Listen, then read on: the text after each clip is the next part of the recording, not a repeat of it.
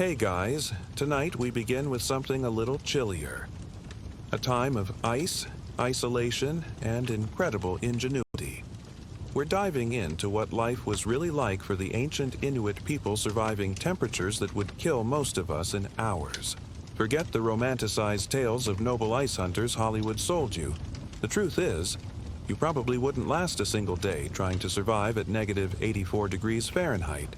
And I'll explain why today. So, before you get comfortable, take a moment to like the video and subscribe, but only if you genuinely enjoy what I do here. And let me know in the comments where you're hearing this from and what time it is for you. It's always fascinating to me seeing who's joining us from around the world. Now, dim the lights, maybe turn on a fan for that soft background noise, and let's ease into tonight's journey together. Congratulations! You've just woken up in an ancient Inuit settlement. The good news, you're alive. The bad news, the temperature outside is negative 64 degrees Celsius.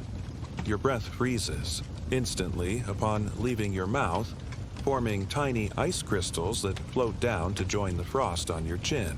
There's no electric blanket, no central heating, no insulated walls with double-paned windows. Just you, your family, and the endless white void of the Arctic winter. Your home is not what you might imagine. You are not in an igloo. Not yet. Those are temporary shelters built when traveling. Your winter home is a semi-subterranean dwelling called a karmak.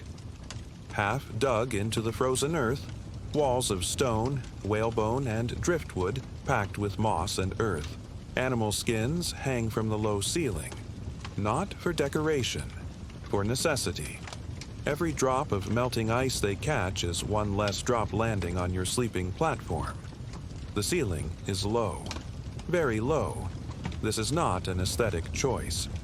Heat rises. The lower the ceiling, the warmer the dwelling. You don't stand tall here. Nobody does. The light is dim. A stone lamp burns seal oil. The flame is small, precious. It provides the only light you will see for months. The dark months of winter mean the sun does not rise above the horizon. Day and night become meaningless concepts. There is only the rhythm of waking and sleeping, eating and waiting. The kolik, your stone lamp, is more than light. It is heat, it is cooking, it is life itself. The women keep it burning always. Always. To let it go out is to invite death into your home. The air is thick with smells. Seal oil burning in the lamp, dried meat hanging from the rafters, unwashed bodies in close quarters, urine in the waste, bucket. The bucket cannot be emptied until morning. Going outside in the dark in this cold is a risk not taken lightly. The smell doesn't bother you anymore. It hasn't for a long time. It is the smell of survival. You sit up on your sleeping platform. It's raised off the ground, not for comfort, for survival. Cold air sinks. The floor of your home is the coldest part. You sleep as far from it as possible. The platform is covered in layers of fur. Caribou fur is hollow, trapping air inside each hair. Nature's insulation. You sleep naked. Under these furs, clothes trap sweat, sweat freezes, frozen sweat kills. Your bare skin against the fur is warmer than any clothes you could wear. Your family sleeps beside you. Close. Very close. Sharing body heat. Your children, your spouse, perhaps your parents or in-laws. Privacy is a luxury that has no place in survival. The sleeping platform holds everyone. The old and the young at the center, where it's warmest. Those in their prime years of strength sleep at the edges, better able to endure the colder spots. It's time to rise. You don't check the time. There are no clocks here. Your body knows when to wake. The rhythm of sleep has been passed down through generations, tuned to the needs of survival in this place. You slip from under the furs and quickly pull on your clothes, which have been stored under the sleeping platform to keep them from freezing solid. Your clothing is not simply worn, it is engineered, perfected over thousands of years. You wear 2 layers of caribou fur parkas, 2, not 1. The inner layer has the fur facing inward against your skin. The outer layer has the fur facing outward. This creates a channel of trapped air between the layers. Heat from your body warms this air. The warm air surrounds you, keeps you alive. Your pants are made the same way. 2 layers, fur in, fur out. Your boots, the same. Your mittens, the same. Nothing is single-layered. Nothing is simple. Everything you wear has been designed with perfect understanding of insulation, airflow, moisture control. The hood of your parka is trimmed with wolverine fur. Not for decoration. Never for decoration. Wolverine fur is the only fur that does not collect frost from your breath. Every other kind of fur would freeze, then melt against your face, causing frostbite. Wolverine fur remains frost-free. The design of your clothing has no straight lines. Everything is curved, fitted. There are no gaps, no openings where wind can penetrate. Wind is death here. Your parka extends low, covering your thighs. Your pants are high-waisted, overlapping with the parka. Drawstrings close any openings. Not tightly. Too tight restricts blood flow. Restricted blood means frostbite. Your mittens connect to cords that run through your sleeves and across your back. You can remove them to work with your hands and they hang ready, never lost in the snow. You must eat before facing the outside. Your body needs fuel to produce heat. The meal is not what you might expect, not what you might want. It is what your body needs to survive. Frozen fish, sliced thin, raw, not cooked. Raw meat and fish provide something cooked food cannot. In this environment, your body craves fat. Fat equals survival. You eat pieces of frozen seal blubber. The fat is not a treat. It is medicine. It is fuel. Your body knows this even if your mind resists. The women are melting snow in a stone pot over the kulik. Water is precious. You cannot eat snow directly. It would lower your core temperature. Eating snow kills. You drink the melted water, but not too much. Leaving the warmth of the Karmak to urinate means exposure. Every bodily function has consequences here. It's time to face the outside. You do not simply open the door and walk out. The entrance to your home is a long, low tunnel. You crawl through it on hands and knees. The tunnel faces away from the prevailing wind. It dips downward before rising to the outside. This is not random. Cold air sinks. The dip in the tunnel creates a cold trap, preventing the precious warm air inside your home from escaping. You learned this design from the white fox who burrows in the snow with entrance tunnels designed the same way. You emerge into a world of white and blue. The snow reflects what little light exists during the brief winter day. A few hours of twilight. Not true daylight, just enough to work by. The cold hits you like a physical force. You feel the hairs inside your nose freeze instantly. Your eyes water and the tears freeze on your lashes. You keep your face down, away from any wind. Exposed skin will freeze in seconds at this temperature. You need food. In winter, hunting is difficult but necessary. The frozen sea ice means seal hunting. You don't chase the seals. You can't. They're under the ice. You find their breathing holes, small openings they maintain in the ice. You clear away the snow, revealing clear ice through which you can see the water below. You wait. Hours. Not moving. Barely breathing. Your harpoon ready. The waiting is not passive. It is not lazy. It requires more discipline than most humans possess. To remain still for hours in killing cold, watching for the slight ripple in the water that indicates a seal is approaching the breathing hole. Your life depends on this catch. Your family's lives. There is no room for distraction. No allowance for giving up. This is why you eat the fat.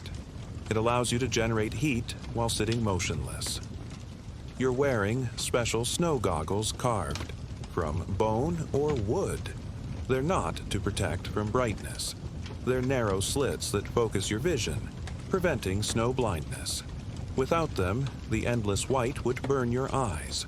You would go blind. Blindness means death here. A seal, finally, appears. Your harpoon strikes true. There is no celebration, no triumph, just the methodical work of retrieving the seal, dragging it back to your settlement. Every part will be used. The meat eaten, the fat rendered for oil to feed the colic, the bones made into tools, the skin processed for clothing or boat coverings. The intestines will become waterproof clothing. Nothing is wasted. Nothing can be wasted. Back at the settlement, the women take over processing the seal. The division of labor is not about status. It's about survival efficiency. Women process the catch, maintain the home, create and repair clothing. Men hunt. Children learn both roles, regardless of gender. Everyone must know everything. If a spouse dies, the survivor must perform all tasks to live. The women cut the seal with an ulu, a semicircular knife. The design is not decorative. The rocking motion of the curved blade is efficient. It allows cutting with minimal energy expenditure. Everything is about energy conservation.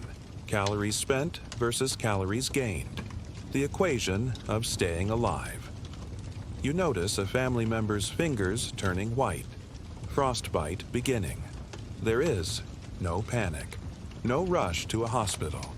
The treatment is ancient and effective. Not warm water, not rubbing. Both would damage the frozen tissue. Instead, the affected area is pressed against warm skin, usually under the armpit of another person. Body. Heat slowly, safely thaws the frozen flesh. If caught early enough, no damage is done. If not, amputation may be necessary later. There are no surgeons, no anesthesia, just knowledge passed down through generations. The sun has already set, though it barely rose. The work continues in the dim light of the kulik, preparing food, repairing tools, mending clothing. There is no leisure time as you might understand it. Rest happens, but always with purpose. Women chew boots to soften them. Not occasionally, daily. The freezing temperatures make the waterproof sealskin boots stiff as boards. They must be chewed to make them pliable again. The women's jaw muscles are powerful from this lifetime of chewing hides. You watch the children, playing. Their games are not just for fun. They are practicing survival skills. A game of cat's cradle with sinew string teaches dexterity needed for tying knots in fishing line with numb fingers. Wrestling builds strength and teaches balance. A game of tag becomes practice in moving quickly while staying upright on ice. Every fall, every stumble in real life could mean injury. Injury means reduced ability to contribute. Reduced contribution can mean death. Night falls completely. The family gathers in the Carmack. The space is small, crowded, warm from bodies and the small flame of the Quillic. Stories are told, not simply for entertainment. The stories contain the wisdom of ancestors, how to find direction in a whiteout, which ice is safe to cross. Where to find certain plants with medicinal properties during the brief summer. The stories are survival manuals disguised as entertainment. Someone is carving scrimshaw on a piece of walrus tusk.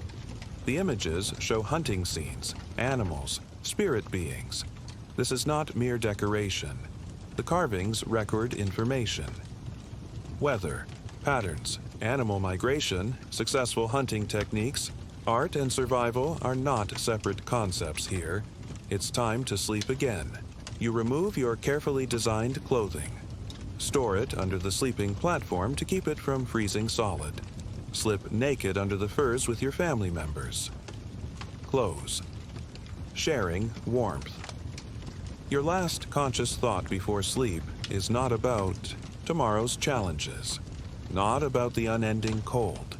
It is about the rhythm, the pattern, the cycle that has sustained your people for thousands of years in a place where nothing should be able to live. But you do live. You survive. You pass on the knowledge of how to do so.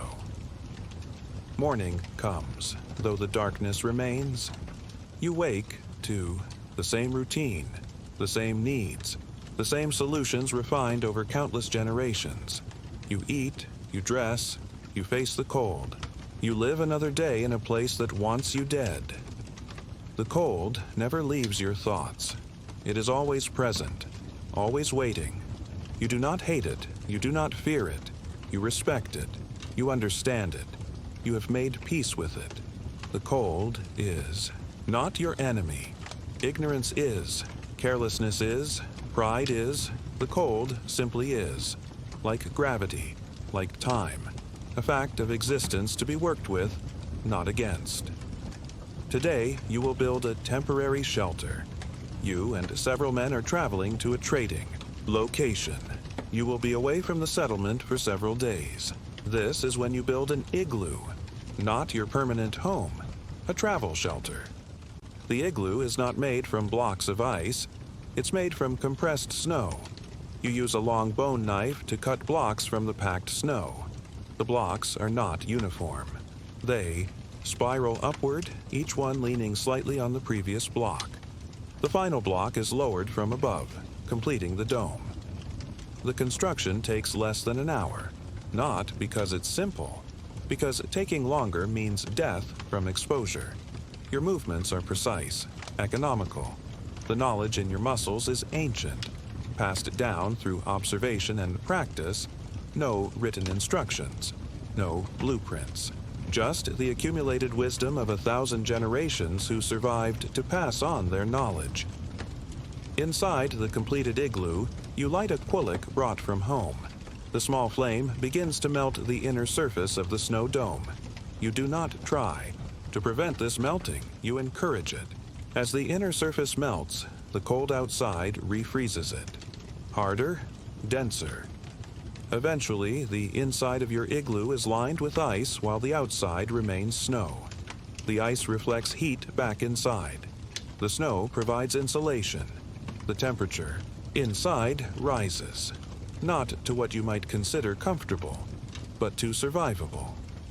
Perhaps negative 15 degrees Celsius instead of negative 64 outside. The difference between life and death. You build a raised sleeping platform of snow inside the igloo. The same principle as at home. Cold air sinks. You sleep above it. You align the platform with fur hides carried for this purpose. The entrance to your igloo, like your home, is a tunnel that dips down before coming up inside. A cold trap. The inside stays warmer. Night falls as you travel. The sky is clear. The stars are overwhelming in their multitude. The aurora borealis shifts overhead, in curtains of green and blue. You do not stop to admire it. Beauty is not separate from function here. The lights and stars are navigation tools. They tell you direction, time, season, weather coming. You read the sky as easily as breathing. The knowledge is not academic. It's survival. Morning again. The cycle continues. You reach the trading location. Other Inuit groups are there, perhaps some European whalers. The trading is methodical, calm, no hurry, no excitement. Seal oil, walrus ivory, furs, traded for metal tools, cloth, tea, things you cannot make but have learned to use. The adaptability of your people is not random, not accidental. It is a conscious survival strategy refined over millennia. Take what works, integrate it, improve upon it. Survive. You begin the journey home. The weather shifts. Wind rises. Snow begins to fall. A blizzard is coming. There is no panic, no despair. You read the signs early. Begin preparing. Find a sheltered location. Build another igloo. More quickly this time. The wind is picking up. Fingers fumble with snow blocks. Not from fear, from cold. The igloo is smaller than ideal.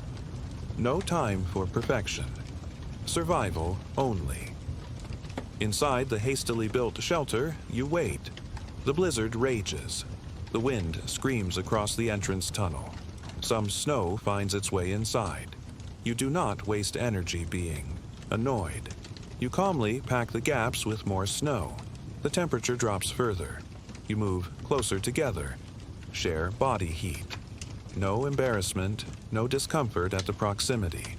This is life. This is survival. 3 days the blizzard lasts. You ration the food carried with you. Frozen meat, dried fish, seal blubber. The food does not taste good to you. It tastes necessary. Your body craves it in a way your modern self would not understand. The nutrients, the fat, the fuel to keep your internal furnace burning in this place of endless cold. The storm passes. You continue homeward. The landscape has changed. Familiar landmarks buried under new snow. But you are not lost. Never lost. You read the wind direction from subtle patterns in the snow surface. You know the prevailing wind in this region is from the north. The ridges and waves in the snow point perpendicular to wind direction. You navigate by these patterns, by the quality of the snow under your feet, by the feel of the air on the exposed skin around your eyes, all your senses attuned to survival information. You spot another hunter in the distance, not from your group. You approach slowly, deliberately, no sudden movements. When close enough, you both go through greeting rituals. Formal, stylized. Information is exchanged. Where good hunting was found. Which ice is becoming dangerous. Which routes are still passable. The conversation seems unnecessarily detailed to an outsider. To you, each piece of information could mean life or death in the coming days. You listen with your whole being. Memorize everything.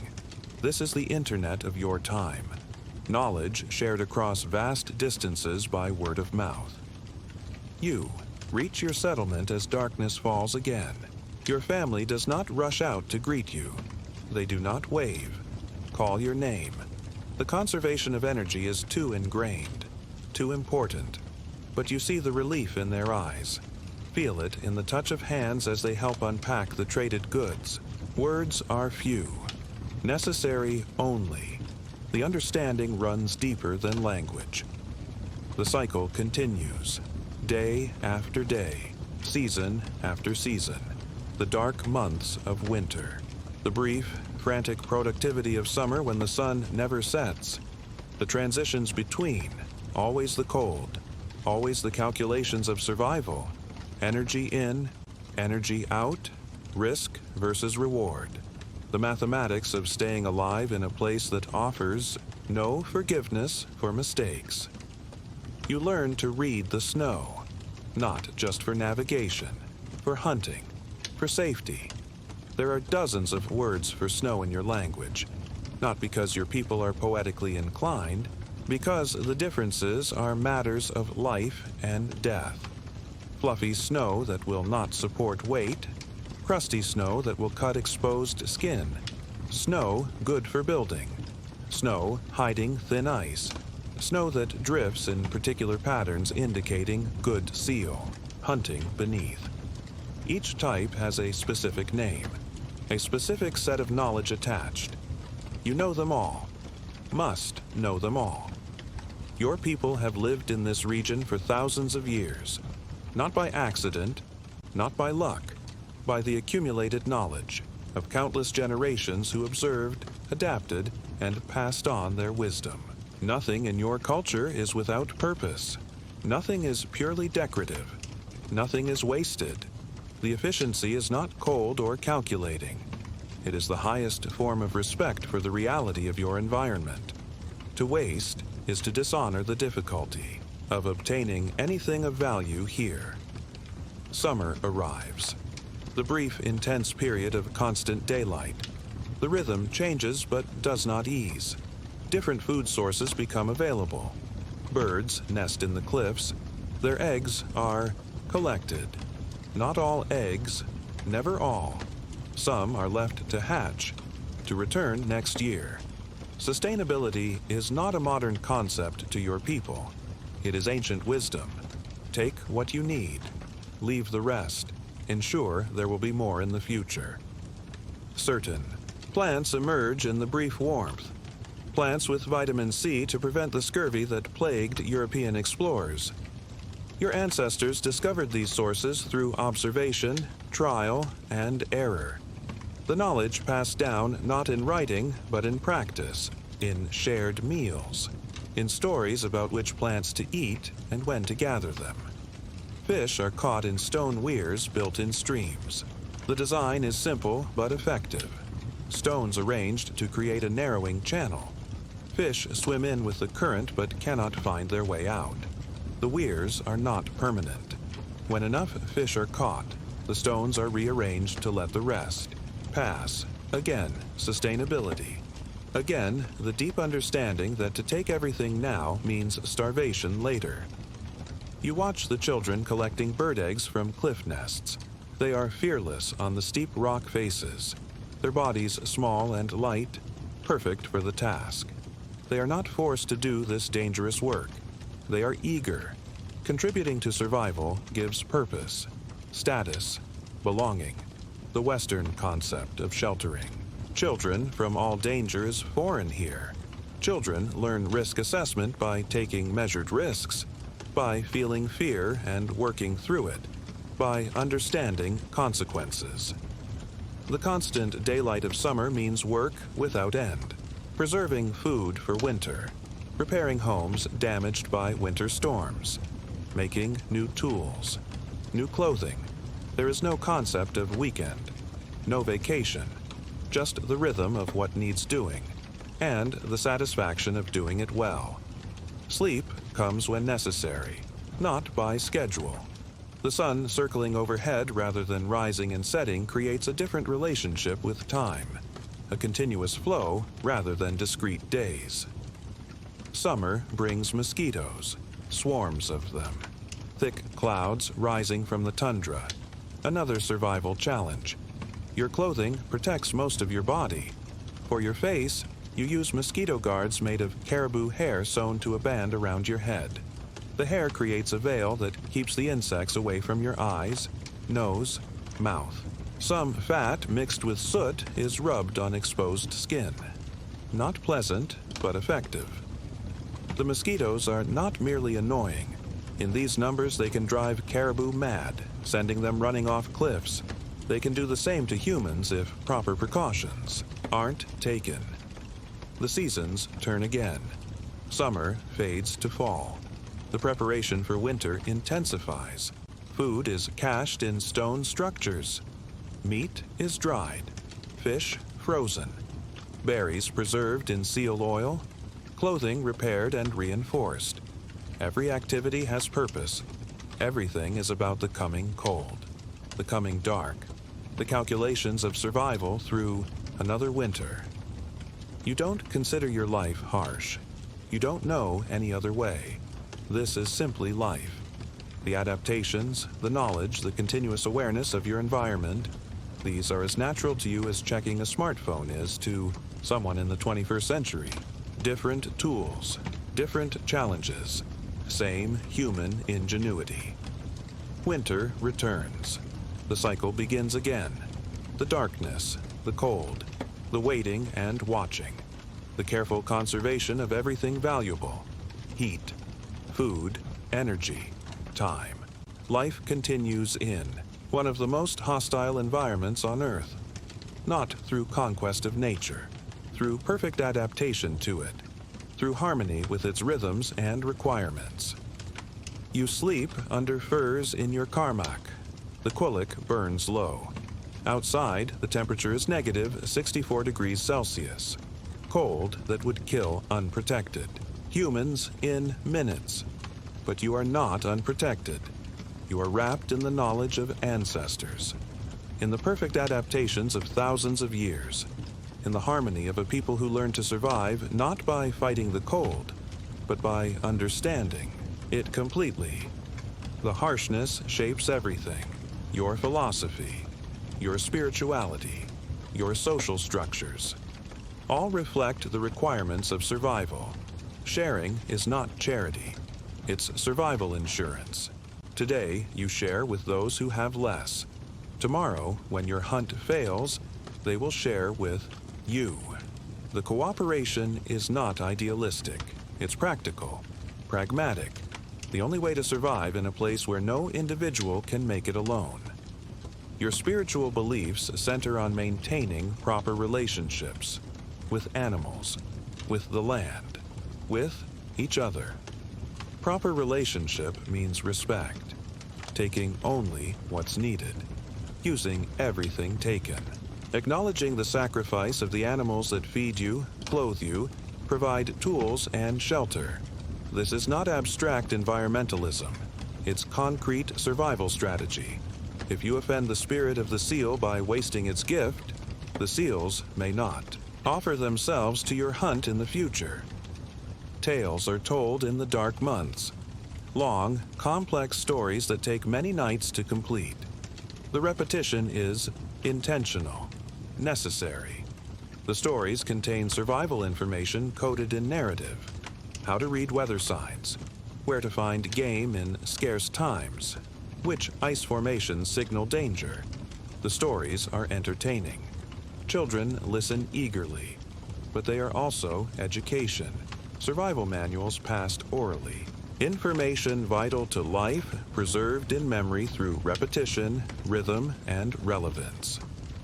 Your tools are minimal, refined, perfect for their purposes. The ulu knife used by women. The shape is not random. The curved blade with handle on top allows maximum cutting force with minimum energy expenditure. The snow knife for cutting igloo blocks. The bone needle strong enough to pierce seal hide yet fine enough for delicate stitching. Tools carried in a sealskin pouch worn around the neck, kept warm by body heat so they don't become too cold to handle with bare fingers. The cold shapes your thinking, your planning. Nothing is done without consideration of consequences. No, action is truly simple. Removing a mitten to adjust equipment means risking frostbite. Taking a wrong route means depleting precious energy reserves.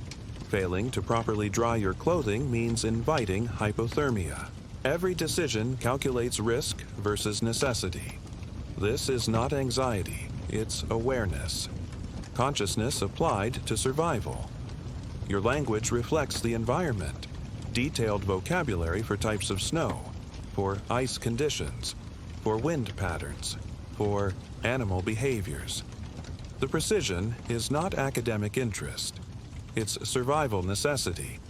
The wrong type of snow for building an emergency shelter means death. The wrong reading of ice conditions means falling through to certain freezing. Language here is a survival tool as important as a good knife or warm clothing. The methods for survival seem complex to outsiders, counterintuitive sometimes. Eating raw frozen meat, sleeping naked in sub-zero temperatures, building with snow to stay warm. But each practice has been refined over thousands of years. Each one works. Not sometimes. Always. The proof is in the continued existence of your people in a place where nothing should be able to survive. You don't think about these things consciously most days. The knowledge lives in your muscles, in your habits, in the rhythm of your life that moves with the seasons, with the available resources, with the eternal presence of cold. You no more think about proper igloo construction than a modern person thinks about how to operate a doorknob. It's ingrained, automatic, part of your being. The true harshness of your environment becomes most apparent when outsiders arrive. European explorers who freeze to death while carrying canned food, who die of scurvy with vitamin sources growing around them, who build the wrong shelters and cannot understand why they're still cold, who wear the wrong clothing and cannot comprehend why they cannot get warm. The knowledge your people carry is not primitive. It's sophisticated, perfected, complete. Another day dawns in darkness. The temperature rises slightly, only slightly. -59 instead of -64. You don't think of this as improvement, just variation. The rhythm continues. Food, warmth, shelter, family, community. The basics of human existence distilled to their essence by necessity, by the stripping away of everything non-essential by the cold. You check the ice conditions near a hunting spot, reading subtle signs invisible to untrained eyes, the way certain crystals form on the surface, the particular sound the ice makes when struck with a bone tool. The ice here is dangerous, too thin. You mark it with a small pile of stones for others to see. No one will thank you for this. No acknowledgement will be made. The action is simply part of being human in this place, part of the unspoken contract of community survival. Your child is learning to carve tools from bone. The process is not hurried. Mistakes are allowed, expected, part of learning. But the standards are high. A poorly made tool means more energy expended in its use, means potential failure when needed most. The child understands this without being told, watches you intently, mimics your movements, learns not just the physical skill but the patience, the attention to detail, the respect for materials that are never abundant, never easily replaced. Night falls, though it never truly brightened. The family gathers again in the Karmak. The space is not decorated, not designed for aesthetic appeal, but there is beauty in its perfect functionality. In the way, every element serves a purpose. The low ceiling holding heat, the sleeping platform raised from the cold floor, the carefully placed ventilation hole preventing asphyxiation from the Qualix flame without letting out too much precious heat. You listen to an elder tell stories of great hunts from decades past. The storytelling is not merely entertainment. It contains detailed information about animal migration, patterns, about weather cycles that repeat over many years, about techniques used successfully in particularly harsh winters. Your people have no written records. The stories are your archives, your survival data preserved through oral tradition. The EO elder mentions signs that the coming spring may bring particular challenges. Certain bird behaviors observed last fall. Ice formations different from usual patterns. You listen carefully. Adjust your mental preparations. Begin thinking about what tools might need extra attention before the seasons change. What food reserves might need more careful rationing. The planning never stops. The awareness never fades. Morning comes again. The same routine, the same needs. But nothing is truly the same in this environment. Each day brings subtle differences that must be read, understood, adapted to. The wind from a slightly different direction. The snow with a slightly different texture. A different seal breathing hole found active. Each variation requiring small adjustments in technique, in approach, in energy expenditure. You notice your child has a slight cough. Not serious yet, but illness here can escalate quickly, can become life-threatening in an environment that already pushes human physiology to its limits. Various remedies are prepared. Tea made from plants gathered last summer and carefully dried. A broth of particular bone marrow known to strengthen. The child is placed in the warmest spot on the sleeping platform. Given extra attention, extra food. Not out of sentimentality alone. A pragmatic recognition that prevention is easier than cure once sickness takes hold. The day continues with its tasks. Hunting, preparing food, maintaining tools and clothing, checking ice conditions, teaching children, supporting elders. The rhythm unchanged for thousands of years. The methods proven effective by the simple fact of survival in a place where the margin for error is non-existent. You don't think about the cold anymore. Not consciously. It simply is, like gravity. like the need for air, a constant factor in every calculation, every decision, every action. You don't hate it, don't resent it, don't wish it away. Such emotions would be wasted energy, would serve no purpose. The cold simply is, and you simply are, existing together in a relationship as old as your people's presence in this place. The key, true achievement of your culture is not that you found ways to battle the cold, to defeat it, to overcome it. The achievement is that you found ways to live with it, to understand it so completely that it becomes not an adversary, but simply a condition, like the pull of gravity or the rhythm of breath. Something to be worked with rather than against. Your life is not a struggle against nature. It's a perfect integration with it, an acceptance of its terms with the knowledge necessary to thrive within those terms. The cold does not care if you live or die, has no malice, no mercy, it simply is. Your response is not to rage against it or to surrender to it, but to know it, to respect it, to find your place within its reality. Night falls again. The cycle continues. Food, warmth, shelter, family, community. The basics of human existence distilled to their essence. Nothing wasted. Nothing without purpose. Everything in service to the continuation of life in a place where life seems impossible. Yet here you are, generation after generation, thriving where others perish, not through domination of your environment, through perfect understanding of it. You sleep under furs in your Carmack. The Quillic burns low. Outside, the temperature is negative 64 degrees Celsius. Inside, you dream. Not of escape, not of easier places.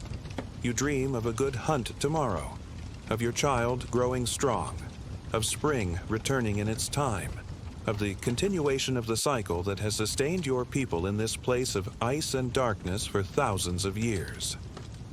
And so it goes, day after day, season after season, generation after generation, the rhythm unchanged, the knowledge preserved, the adaptation perfect, life continuing in one of the most hostile environments on Earth, not through conquest, through harmony, through understanding, through respect for the cold that shapes everything about your existence. The true wisdom of your people is not that you found ways to battle the cold, to defeat it, to overcome it. The wisdom is that you found ways to live with it, to understand it so completely that it becomes not an adversary but simply a fact of existence, like the pull of gravity or the necessity of breath. Something to be worked with rather than against. Your life continues in its rhythm, its cycle, its perfect adaptation to a place where nothing should be able to live. But you do live.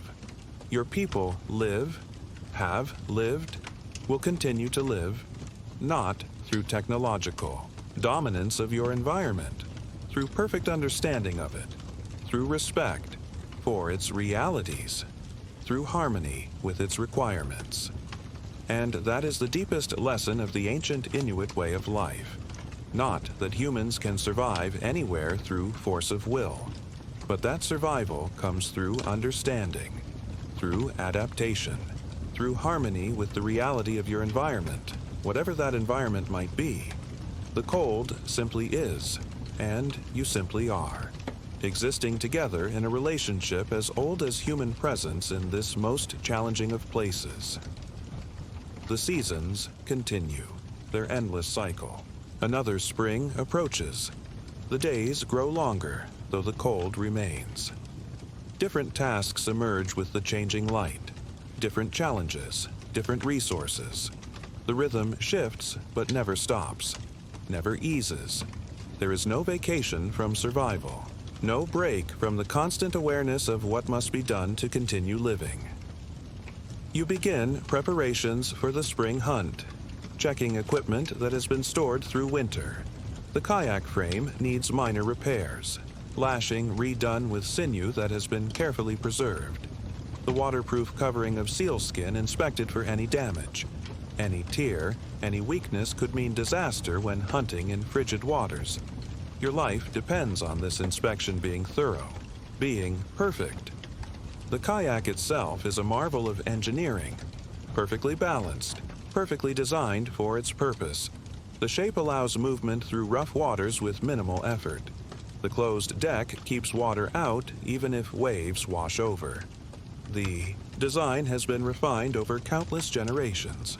Every curve, every proportion tested by use in the harshest conditions imaginable. There are no unnecessary elements, no decorative additions, pure function, pure efficiency. Your hunting tools are prepared with the same care, the same attention to detail. Harpoons with toggling heads that turn sideways under the skin of a seal, preventing the wounded animal from escaping. Throwing boards that extend the arm's leverage, allowing harpoons to be thrown with greater force, greater accuracy. Float bladders that attach to the harpoon line, preventing seals from diving deep after being struck.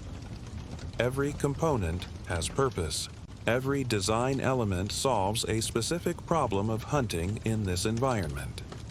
The children watch you prepare, learning through observation, through eventual participation, not through lecture, not through abstract instruction. Knowledge here is practical, hands-on. The children begin with small tasks, simple responsibilities, graduate to more complex skills as their abilities grow. There is no artificial separation between childhood and adulthood, just a continuum of increasing capability, increasing contribution to group survival. Spring arrives fully. The ice begins to break up along the coastline. New hunting opportunities emerge. Seals bask on ice floes in the strengthening sun. You approach in your kayak, moving slowly, deliberately, the paddle barely disturbing the water. The hunt is not a chase, not a pursuit. It's a slow, patient approach, positioning yourself downwind, using ice floes as cover, drawing close enough for one perfect throw of the harpoon. The strike is successful. The seal is taken. The process of butchering begins immediately. On the ice floe itself, the meat will spoil if not handled properly. Nothing is wasted. The meat, the blubber, the organs, the skin, the bones. Every part has use, purpose, value. The butchering is not haphazard. There are specific cuts, specific methods passed down through generations. Methods that ensure maximum utility from the animal that has given its life for your survival. Back at the settlement, spring brings different activities for different members of the community. Some hunt, some fish, some process the catches. Some repair homes damaged by winter storms. Some prepare for the possibility of moving to summer hunting grounds. The division of labor is not rigid, not hierarchical. It's fluid, practical, based on ability, on need, on the requirements of group survival in an environment that allows no waste of human resource. You notice subtle changes in the weather patterns, signs that the sea ice might break up earlier than usual this year. This information is shared, discussed, plans adjusted. The ability to read these signs, to adjust quickly to changing conditions, is not secondary, not additional. It's fundamental to survival. The environment here changes rapidly, unpredictably. Adaptation is not occasional. It's constant, required daily. The ice continues breaking. Channels of open water appear. The hunting method changes. Now you hunt from the ice edge, using different techniques, different tools. The adaptation is seamless, natural. Your people don't resist change, don't cling to methods that no longer work in current conditions. Flexibility is survival, has always been survival in this place where conditions transform completely with the seasons. Some families begin preparing to move to summer, camps, locations where different game is available, where fishing is better, where certain plants can be gathered. The movement is not random, not haphazard. The locations have been used for generations. The timing of the move precisely calculated, based on ice conditions, animal migrations, weather patterns. The knowledge of when to move, where to move, how to move accumulated over thousands of years of observation and experience. The packing for seasonal movement is methodical, organized. Only the essential is taken, only what can be carried. The semi-permanent winter homes are left, will be returned to when the season changes again. Summer dwellings are different, lighter, often made from animal skins stretched over driftwood or whalebone frames. More ventilated than winter homes, designed for conditions where conserving heat is less critical than during the deep winter months. You help prepare the umiaks for the journey. Larger boats than kayaks, open, capable of carrying families and their essential possessions. The frame is driftwood or whalebone. The covering, like the kayak, is sealskin sewn with waterproof stitching. The craftsmanship is exquisite, not for aesthetic reasons, for function, for survival. The stitching must be perfect, must not leak. The frame must be strong enough to withstand rough waters, yet light enough to be portaged when necessary. The journey to summer grounds begins. Families traveling together, supporting each other, sharing the work of breaking trail through remaining snow, of carrying boats over ice that hasn't yet broken up, of setting up camp each night. The cooperation is not enforced, not commanded. It's understood, internalized. The natural behavior of people who know with absolute certainty that survival depends on mutual support. Camp is made for the night during the journey, not randomly placed.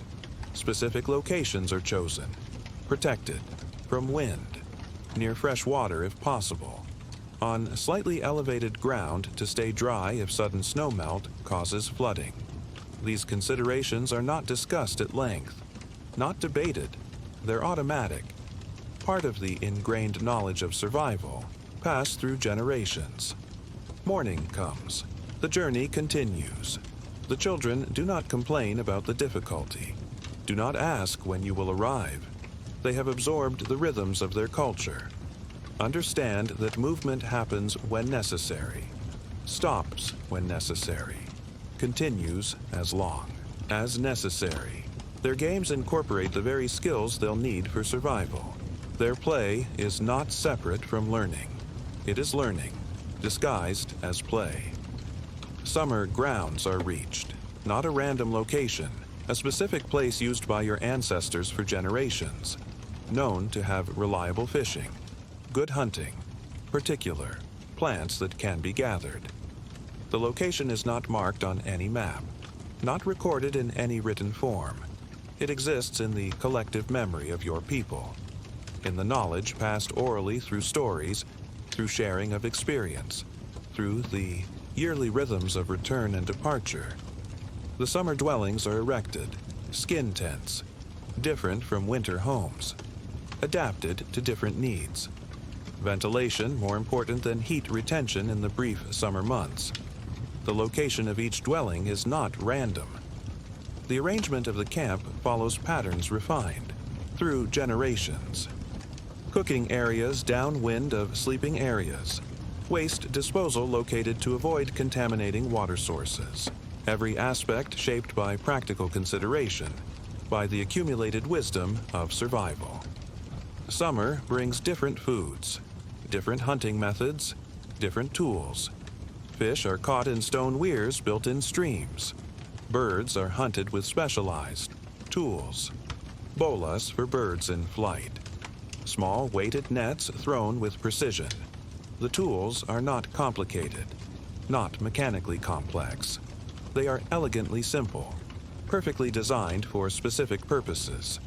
The true complexity is in the skill of the user, in the knowledge of when, where, and how to use each tool most effectively. Certain plants are gathered during the brief summer, not randomly, not experimentally. Specific plants known to provide specific nutritional needs. Vitamin sources crucial for health during the long winter months when fresh plant foods are unavailable. The gathering is systematic, efficient. Only what's needed is taken. Some plants are left to reproduce, to ensure availability in future years. Sustainability is not an abstract concept. It's concrete survival strategy. Summer is a time of plenty compared to winter, but the awareness never fades. The calculations never stop. Food is dried, preserved, stored for winter. The relative abundance does not lead to waste, to excess. Every resource is valued, respected, understood in terms of the effort required to obtain it, the future need that will arise when summer fades and winter returns. The children learn to swim in the frigid waters, not for recreation, though they enjoy it. 4. Survival. For the ability to self-rescue if they fall through ice in winter. For the skills needed if a kayak overturns during hunting. The swimming is not taught through formal lessons. Through structured instruction, it's learned through observation, through encouragement, through gradual exposure under watchful eyes ready to assist if truly needed, but allowing struggle, allowing the development of capability through overcoming challenge. You notice certain birds behaving differently than in previous years. Nesting in different locations. This is information, important information. It might indicate changing weather patterns, might predict a harsher winter approaching, or earlier autumn storms. The observation is shared, discussed, not dismissed. Every unusual pattern might contain survival information, might require adaptation of plans, of food storage, of preparations for the coming cold. The fishing continues through summer. Different methods for different species, different waters, nets made from sinew, hooks carved from bone, spears for shallow water. The variety of techniques is not random, not excessive. Each method solves specific problems, addresses specific challenges of catching different fish in different conditions. The knowledge is specialized, detailed, precise, accumulated through thousands of years of observation, experimentation, refinement. As summer progresses, berries ripen on the tundra. These are gathered systematically, efficiently, not for immediate enjoyment alone, though they are enjoyed, for preservation, for winter nutrition. The berries are mixed with seal oil in containers made from animal bladders. The oil preserves them, prevents freezing, provides vital vitamin C through the winter months when scurvy threatens. The preservation method is not random, not accidental. It's the result of generations of observation, of trial and error, of passing successful techniques to children who will pass them to their children. You teach your daughter to sew with sinew thread and bone needles. The stitches must be perfect, waterproof when needed, strong enough to hold life-critical clothing together in extreme conditions. The teaching is patient, mistakes allowed, expected, but the standard is not lowered, cannot be lowered when the consequence of poor craftsmanship might be a leaking boot, frostbitten feet, possibly death. The girl understands this without being told, has absorbed the seriousness of every skill, every task related to survival in this place. Summer begins to wane. Days shorten. The rhythm shifts again. Preparations for autumn, for eventual return to winter grounds. Different hunting targets become priorities. Animals with thicker fur for winter clothing. Larger game to build fat reserves before the lean months. The transition is not abrupt, not surprising. The awareness of seasonal change is constant. The planning continuous. Nothing is reactive. Everything is anticipated based on patterns observed and remembered through generations. The autumn migration of caribou begins. This is crucial hunting. an opportunity for large amounts of meat, for hides needed for winter clothing. The hunt is not individual, it's communal, coordinated. Some hunters drive the caribou toward others waiting in ambush. The coordination is not loudly commanded, not centrally directed. It flows from shared understanding, from each person knowing their role in the pattern that has worked for generations. The butchering of caribou follows specific patterns, specific methods. The tongue and eyes eaten first, not from random preference. They contain nutrients that deteriorate quickly, must be consumed soon after the kill. Other parts preserved through various methods: drying, smoking, freezing, each method appropriate to specific parts of the animal. To specific purposes the meat will serve. Nothing wasted, nothing treated casually. Everything valued for the life-sustaining properties it provides. The hides are processed immediately, cannot be allowed to spoil. The work is intensive. Scraping, stretching, softening, smoking. The process takes days, is not hurried, cannot be hurried without risking the quality of the final material, without risking the effectiveness of the clothing that will be made from it. Clothing that must perform perfectly in conditions where failure means death. Your son's first successful caribou hunt is acknowledged, not with extravagant celebration, with quiet approval, with increased responsibility, with inclusion in adult hunting discussions. The transition to adult status is not marked by arbitrary age, by ceremonial threshold alone. It's marked by contribution, by demonstrated ability to support group survival. The boy understands this, values the acknowledgement of his developing capability more than any loud praise or formal ceremony. The first snow falls, earlier than last year, but not unexpectedly. The signs have been read in bird behavior, in plant patterns, in subtle changes in the quality of light, in the feel of the air. The rhythm shifts again. Summer equipment stored, winter tools brought out, checked, repaired if needed. The transition is smooth, natural, the product of lifelong awareness of environmental patterns, of constant preparation for change that is inevitable, predictable in general pattern if not in specific timing. The return journey to winter grounds begins. Different route than the outward journey. The conditions have changed. Ice formation different. Water levels in streams altered. The adaptation is automatic. The knowledge of alternative routes part of the mental map carried by every adult. Not written, not formally taught. Absorbed through experience, through stories, through the accumulated wisdom of generations who have made these seasonal movements countless times before. Winter settles in fully. The darkness returns. The extreme, cold, the familiar rhythm of the Karmak, the Kulik flame, the close quarters, the conservation of energy, of heat, of resources. But this cycle is not perceived as deprivation, as mere endurance. It is simply life, the normal pattern of existence in this place. There is satisfaction in the perfect adaptation, in the knowledge that enables survival where others would perish, in the continuity of a way of life proven effective through thousands of years in one of Earth's most challenging environments. You watch your children growing, learning, developing the skills they'll need, the awareness they'll need, not through formal education, through immersion in the life of the community, through increasing participation in all aspects of survival. They don't separate learning from living. Don't compartmentalize knowledge into abstract categories. Everything connects. Everything has practical application. Everything serves the continuation of life in this place of ice and darkness and cold beyond imagination.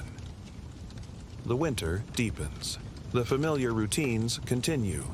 Hunting, processing food, maintaining equipment, repairing clothing. The rhythm unchanged for thousands of years. The method's proven by the simple fact of continued existence in a place that offers no forgiveness for error, no second chances, no margin for inefficiency or waste or carelessness. The discipline is not resented, not perceived as restriction. It's simply the reality of life here, the necessary condition of survival. You don't consider your life difficult. Don't compare it to easier existences elsewhere. This is simply life as you know it, as your ancestors knew it. The adaptations, the knowledge, the continuous awareness of your environment. These are as natural to you as breathing. Different challenges than other human groups face. Different solutions. Same human capacity for adaptation, for finding ways to thrive in the specific conditions of your particular place in the world. Night falls, though it never truly brightened. The family gathers in the Karmak. The Kulik burns low, stories are told. Not just for passing time, for passing knowledge, for maintaining the collective memory that keeps your people alive in this most challenging of environments. You listen. Your children listen. The cycle continues. The wisdom preserved. The adaptation perfect. Life continuing where nothing should be able to live. You drift into consciousness in your Karmak. Another dawn that brings no true light. Just a slight lessening of darkness visible through the smoke hole above. Your body knows the time even without visual cues. The rhythm of waking has been established through generations, through the daily cycle of survival needs that must be met regardless of light or darkness, of storm or calm. Today, you will hunt with other men from your settlement. A different area will be tried. The previous location has yielded less in recent days. Not because the area is depleted, because animals move, follow their own patterns, their own needs. Successful hunting means understanding these patterns, adapting to them, not fighting against them. You dress in the familiar layers. Caribou, fur against skin, caribou fur facing outward. The design unchanged for generations because no better solution has been found. No more effective method of preserving body heat while allowing movement. The perfection is not accidental, not lucky. It's the result of countless small refinements over thousands of years, each generation adding its observations, its small improvements to methods already remarkably effective. The hunting party gathers. Few words are exchanged. Little discussion needed. Each person knows the plan, knows their role. The coordination comes from shared understanding of what needs doing and how best to do it. Not from centralized command. From the collective wisdom of a group whose survival depends on perfect cooperation. You travel across the ice, reading its surface like a book. Every ridge, every pattern in the snow tells you something. Wind direction, age of the snow, safety of the ice beneath. The knowledge is not conscious, not something you think about explicitly. It's embedded in your awareness, part of how you see the world. The subtleties that others might miss are obvious to you. Critical information hiding in plain sight. The hunting is successful today. A seal is taken, then another. The process of retrieval, of butchering, of transporting the catch back to the settlement follows the familiar pattern. Efficient, thorough, nothing wasted, nothing treated casually. The appreciation for the animals that sustain your life is not abstract, not philosophical. It's concrete, practical, based in the absolute understanding that your existence depends on these creatures, on treating their sacrifice with appropriate respect. Back at the settlement, the division of labor continues. The women take the catch, begin processing, separating meat, fat, organs, skin, bone, each with specific uses, specific methods of preparation. The knowledge of these processes is specialized, detailed, as critical to survival as the hunting skills themselves. Without proper processing, the hunt's success would be short-lived. Food would spoil, materials wasted. In this environment, such waste is not merely inefficient, it's potentially fatal.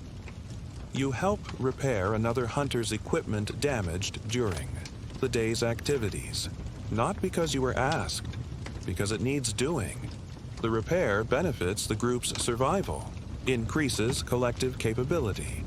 There is no elaborate thanks, no social requirement of gratitude. The action is simply part of the unspoken contract of community, of mutual support that makes survival possible where no individual could survive alone. Night falls completely. The daily cycle complete. Food obtained, processed, tools maintained, knowledge shared. The rhythm continues as it has for thousands of years.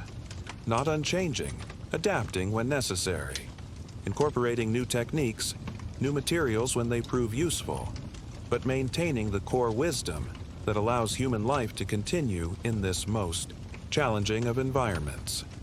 You sleep again under firs in the Carmack. The Kulik burns low. Outside, the temperature drops further. The wind rises. A storm approaches. You sense it even in sleep. Your body attuned to subtle changes in air pressure, in sounds, in the feel of the world around you. This awareness never fully switches off, never completely rests. It is the background vigilance that keeps you alive in a place where momentary carelessness can mean death. Morning comes. The storm has arrived. Travel impossible, hunting impossible. This is not disaster, not emergency. It's anticipated, prepared for. Food stored for exactly these conditions. Activities shift to indoor tasks. Repair work, tool making, clothing, maintenance.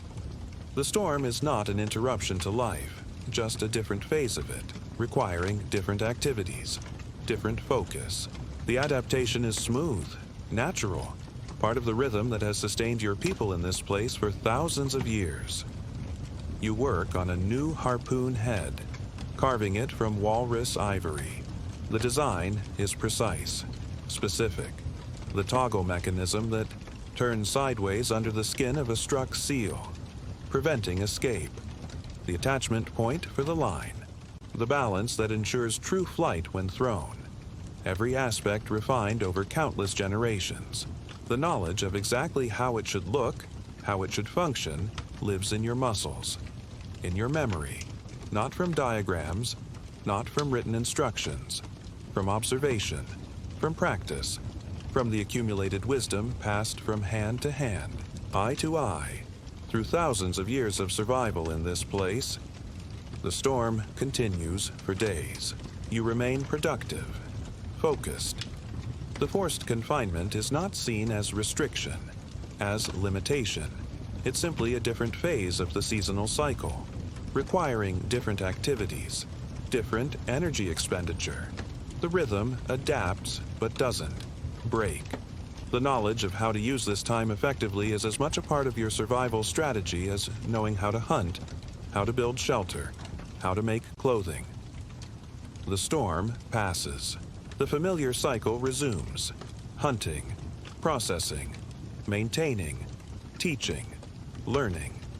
The rhythm unchanged yet constantly adapting to specific conditions of weather, of resource availability, of group needs. The adaptation is not conscious innovation, not deliberate experimentation. It's the natural response of a culture perfectly attuned to its environment, perfectly aligned with the realities of survival in a place that allows no margin for error. Weeks pass. Months. The dark season slowly begins to wane. Light returns in small increments.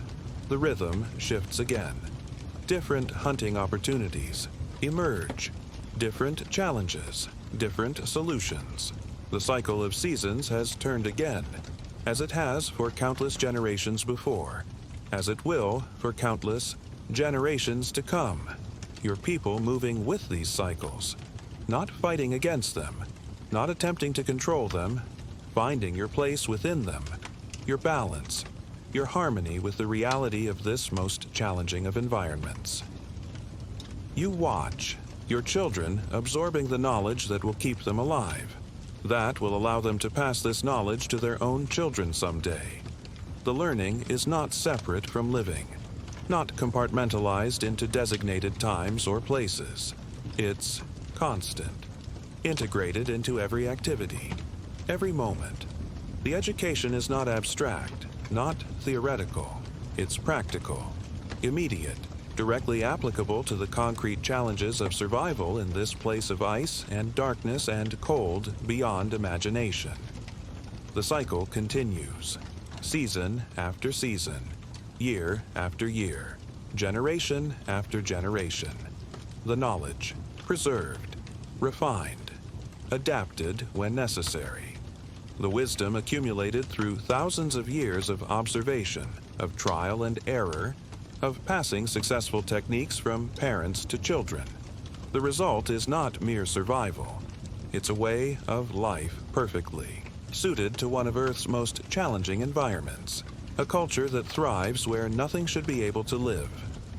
Your life is not a struggle against nature, not a battle against the cold. It's a perfect integration with the reality of your environment, an acceptance of its terms with the knowledge necessary to thrive within those terms. The cold does not care if you live or die, has no malice, no mercy. It simply is.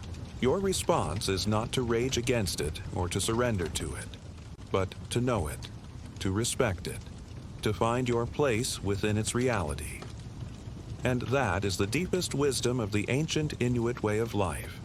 Not that humans can conquer any environment through technology or force of will, but that true security comes through understanding, through adaptation, through harmony with the world as it is, not as you might wish it to be. The cold simply is, and you simply are, existing together in a relationship as old as human presence in this most challenging of places. You wake to the sound of an elder, coughing. Illness in this environment is not merely uncomfortable, it's dangerous, potentially fatal. The community responds without panic, without alarm, but with immediate, practical action.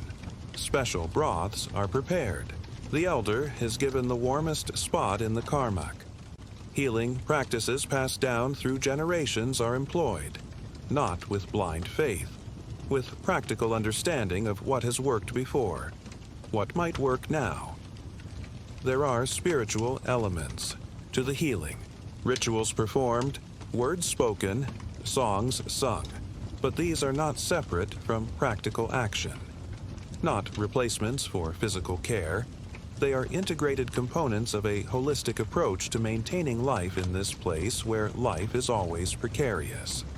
The spiritual and the practical are not divided in your culture. They flow together, support each other, both essential aspects of survival.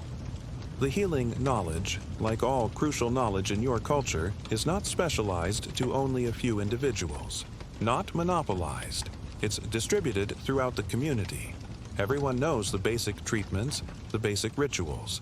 Some have deeper knowledge, greater skill, but if they are absent, hunting, traveling, or deceased, the community still retains enough healing wisdom to address most situations. This distribution of essential knowledge is not accidental, not unplanned. It's a survival strategy, ensuring that no critical capability is lost with any single individual. Days pass. The elder improves, not through miracle, through practical care, through the accumulated medical wisdom of generations who have faced similar situations. Observed results, refined techniques, passed this knowledge through stories, through demonstration, through guided practice. The recovery is not seen as surprising, as unexpected, just as the successful hunt is not seen as lucky. Both are the natural results of properly applied knowledge, of skills honed through thousands of years of necessity. Your child asks about the stars, about the patterns they make in the clear night sky. Your answer is not merely astronomical, not purely navigational, though it includes both these elements. Your explanation incorporates stories. spiritual understanding, practical application. The stars are not just distant lights, they are guides, timekeepers, markers of seasonal change, characters in stories that contain the wisdom of ancestors. The explanation does not separate these aspects. They are unified in your understanding, all equally relevant to life in this place. The moon cycles shape your awareness of time, not arbitrary months on a calendar, but the actual waxing and waning of the moon overhead. Certain hunting activities are better during full moon periods, when light reflects off the snow. Others are more successful during darker periods. The knowledge of these cycles, these optimal timings, is not superstition, not ritual divorced from practical reality. It's empirical observation refined over countless generations, proven effective through the continued survival of your people in this most challenging environment. A trading party arrives from another Inuit group, distant relatives, not complete strangers. The arrival is not unexpected, though no specific date was set, no appointment made. The timing follows patterns established through generations. Seasonal movements, weather windows, the predictable cycles that shape all life in the Arctic. The trading is not hurried, not transactional in the modern sense. It involves sharing food, sharing stories, exchanging information about hunting conditions, about weather patterns observed, the tangible goods that change hands. Seal oil, caribou hides, specialized tools are only part of the exchange, perhaps not even the most valuable part. The visitors bring news of other groups, other settlements. Information flows through these connections, knowledge of changing conditions elsewhere, of new techniques developed, of potential threats or opportunities on the horizon. This network of communication has no central authority, no formal structure, yet it's highly effective, resilient, adaptable. Information that matters to survival spreads rapidly through these connections, has done so for thousands of years, long before modern communications existed. You learn of a new way to secure harpoon heads from the visitors, a slight modification to a technique you've used for years. The adaptation is not revolutionary, not disruptive, just a small improvement that might increase efficiency slightly, reduce failure rates marginally. You adopt it without resistance, without attachment to the old way simply because it's familiar. In this environment, even small improvements to survival techniques are worth embracing, worth integrating.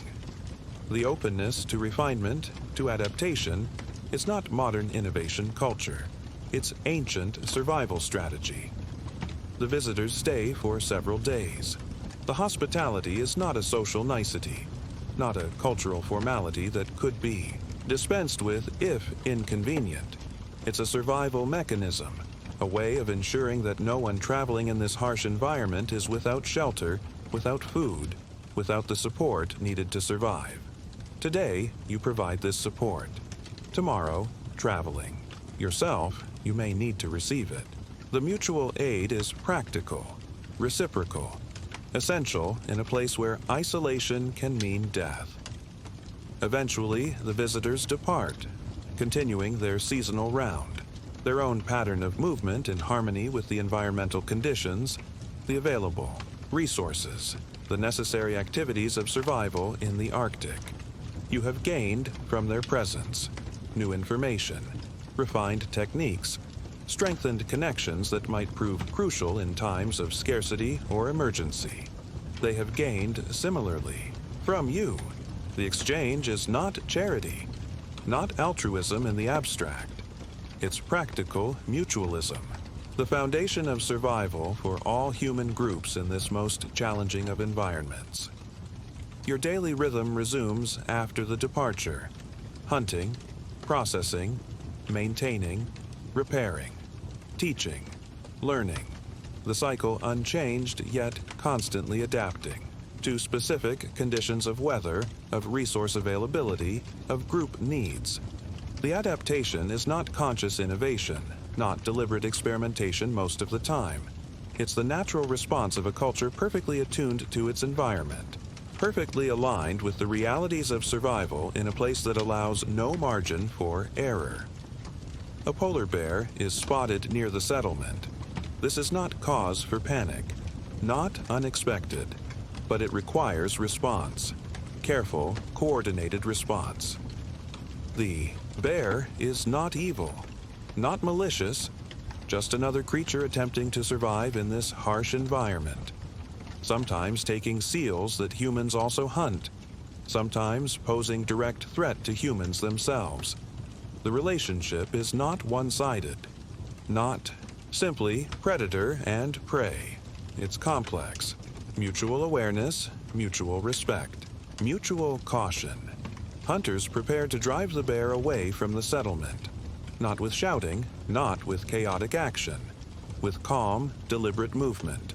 With understanding of bear behavior gained through countless generations of observation. Of interaction. The weapons carried are not primarily for killing, though they could be used that way if absolutely necessary. Therefore, establishing boundaries for clear communication between species that share this environment, that have shared it for thousands of years. The bear moves away, responds to the clear message sent by the hunter's actions. No celebration follows, no boasting. The outcome is not surprising, not unexpected.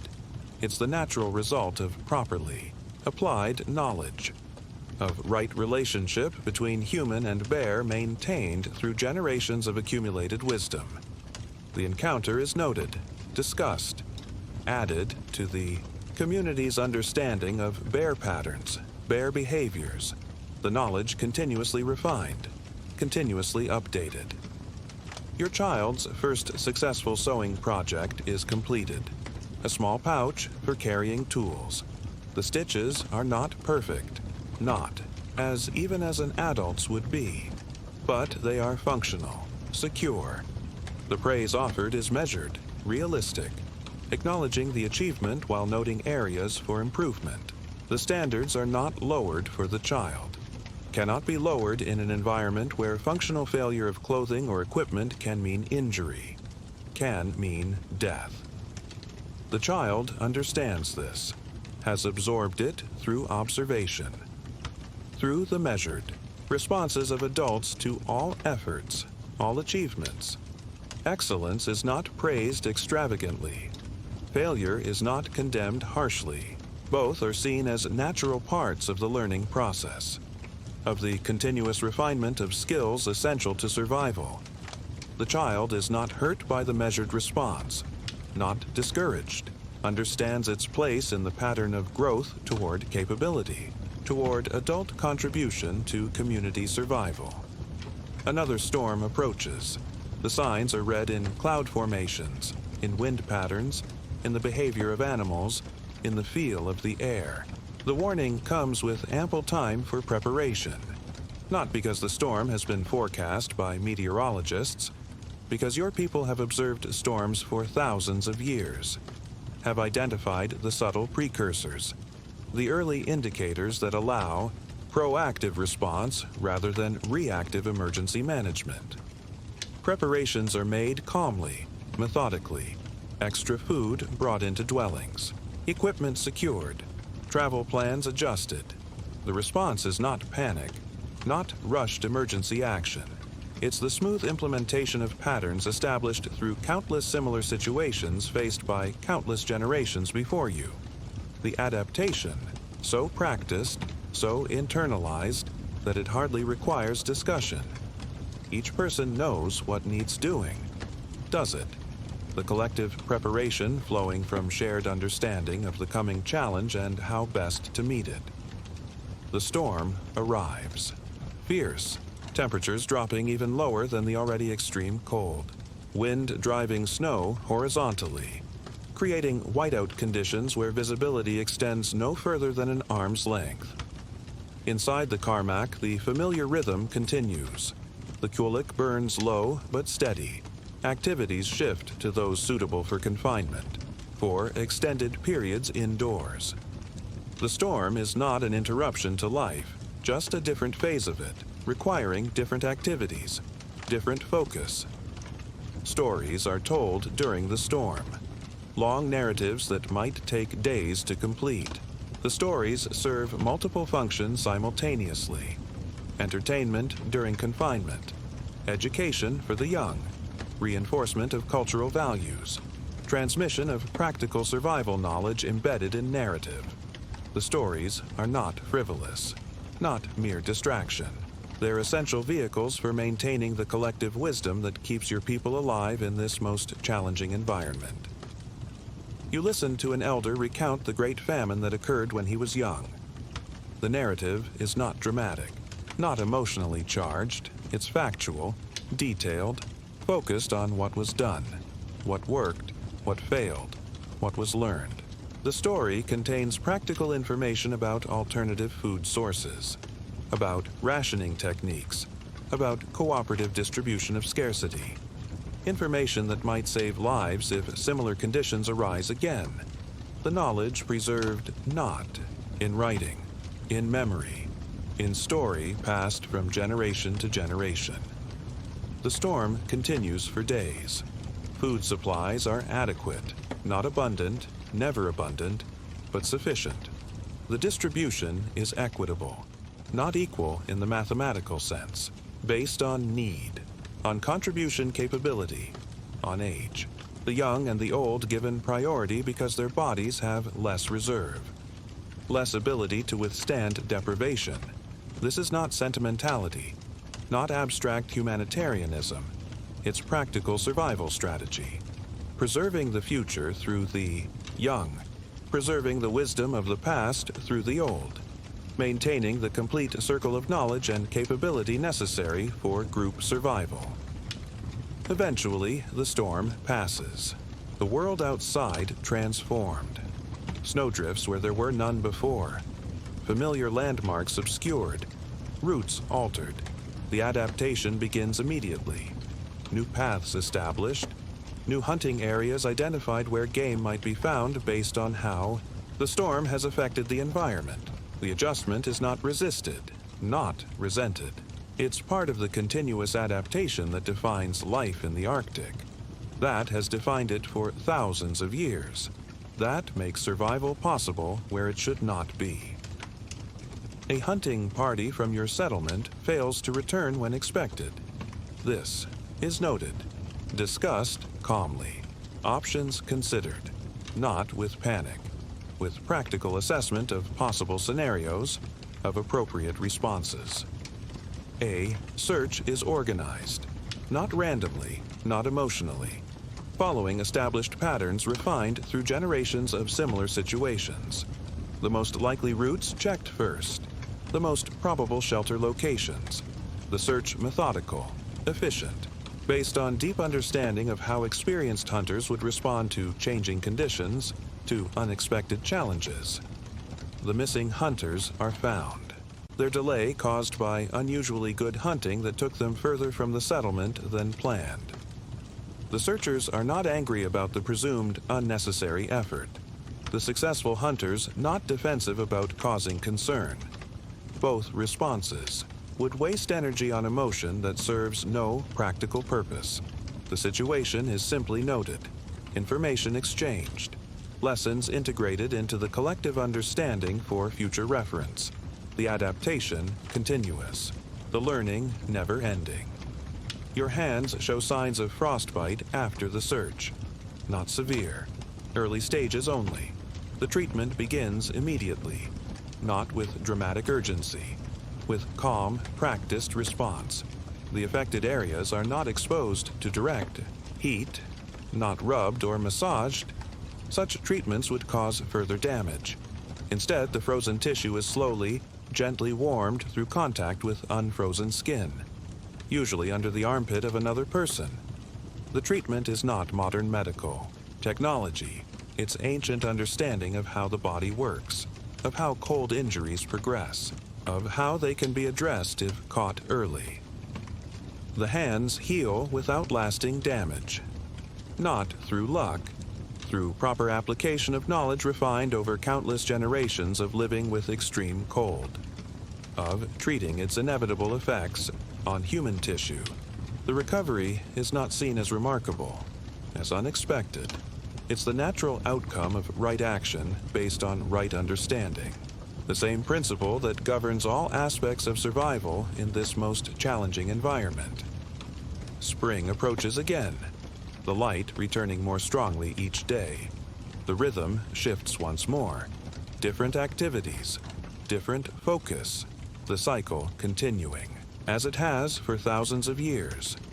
Your people moving with these cycles, not fighting against them, not attempting to control them, finding your place within them, your balance, your harmony with the reality of this most challenging of environments. You observe your surroundings with continuous awareness, not hypervigilance in the anxious sense, just openness to information, to patterns, to changes that might require adaptation. The awareness is not stressful, not taxing. It's your natural state, the baseline condition of a person whose survival depends on noticing details, on reading subtle signs, on remaining constantly attuned to an environment that allows no inattention, no disconnection from immediate physical reality. Your child notices a particular cloud formation, asks its meaning. You explain that it often precedes a certain type of weather change, not with scientific terminology, with practical description of what typically follows, what preparations might be appropriate. The teaching is not abstract, not theoretical. It's immediate, applicable, connected directly to survival in this place. The child absorbs the information not as interesting but ultimately optional knowledge, as essential understanding that may someday make the difference between life and death. The ice begins to break up along the coast, earlier than previous years, but not unexpectedly. The signs have been observed, interpreted based on generations of similar observations. The adaptation begins immediately. Hunting practices adjusted, travel routes altered. The change is not resisted, not denied. It's incorporated into the continuous adjustment that characterizes life in the Arctic. That makes it possible at all. You help repair a neighbor's equipment damaged during hunting, not because you were asked, because it needs doing. The repair benefits the group's survival, increases collective capability. There is no elaborate thanks, no social requirement of gratitude. The action is simply part of the unspoken contract of community, of mutual support that makes survival possible where no individual could survive alone. The days grow longer, the light stronger. The rhythm of life shifts to accommodate, to take advantage of the changing conditions. Different food sources become available, different hunting methods appropriate. The adaptation is smooth, natural, not requiring extensive discussion or deliberate planning, flowing from the accumulated wisdom of countless generations who have observed these same seasonal transitions, who have refined the responses that work best, that ensure continued survival through the never-ending cycle of Arctic seasons. Your awareness shifts with the seasons as well. Different dangers to watch for, different opportunities to seize. The vigilance never fades, never becomes optional, but its focus changes, adapts to current conditions, current needs, current possibilities. The flexibility is not modern adaptability, not 21st century agility. It's ancient survival wisdom, the foundation of continued existence in a place that demands nothing less than perfect attunement to its changing realities. Summer approaches. The ice retreats further. Open water appears where frozen surface existed before. The hunting methods change accordingly. Different tools, different techniques, the transition seamless, natural, based on patterns observed and refined through thousands of years of similar seasonal shifts. The knowledge not written in manuals, not formalized in training programs. living in the practiced movements of experienced hunters, in the watchful eyes of children learning through observation, in the stories told around the Quillic flame that encode practical wisdom in narrative form. You prepare for the move to summer hunting grounds, the rhythm dictated not by arbitrary calendar, by actual environmental conditions, by the availability of particular resources in particular places at particular times. The timing refined through generations of observation, of adjustment, of learning what works best. The pattern not rigid, not inflexible, adaptable to specific conditions of each year, to variations in weather, in ice formation, in animal movement that might require modified timing, modified methods. The summer dwelling is erected at the seasonal camp, different design than winter quarters, adapted to different needs, different conditions. The construction efficient, practiced. The knowledge of exactly how to build, where to build, when to build, carried not in written instructions, in memory, in muscle, in the accumulated wisdom passed from generation to generation through practical demonstration, through guided participation, through the natural learning process of a culture whose survival depends on perfect knowledge of its environment and how best to live within it. Summer activities continue: fishing, hunting, gathering plants during the brief period of availability, drying meat for future use, preparing hides, repairing equipment, making new tools. The work constant but not frenzied, not stressed. Moving at the pace that makes best use of available energy. That ensures efficiency without exhaustion. The rhythm sustainable. Designed through generations of refinement to maintain productive activity without depleting the human resources essential to survival. Children play games that mimic adult activities. That develop skills they will need. Balance, coordination, strength, patience, observation. The play is not separate from learning, is learning, the most effective form of it. The natural acquisition of capabilities through activities that engage mind and body together, that provide immediate feedback, that gradually increase in difficulty as skills develop. The education system not formal, not compartmentalized, integrated seamlessly into daily life, into the continuous process of preparing each generation to survive in this most challenging environment. You notice patterns in animal behavior different from previous years. This is not dismissed, not ignored as random variation. It's information, potentially crucial information about changing conditions that might require adaptation of established practices. The observation is shared, discussed, integrated into the community's understanding. The knowledge continuously updated, continuously refined, not static, not rigidly traditional in the sense of unchanging, dynamically traditional. Maintaining core wisdom while incorporating new observations, new understanding, new techniques when they prove valuable. The midnight sun circles overhead, never setting during these summer months. The rhythm of activity different than during winter darkness, more continuous, less defined by waking and sleeping cycles.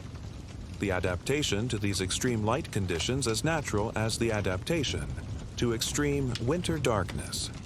Both parts of the annual pattern, both requiring specific adjustments, specific approaches, both incorporated into the integrated understanding of how to live in this place of extremes, of how to harmonize human needs with environmental realities that cannot be changed, only worked with.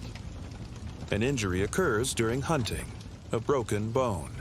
The response is immediate but not panicked, not chaotic.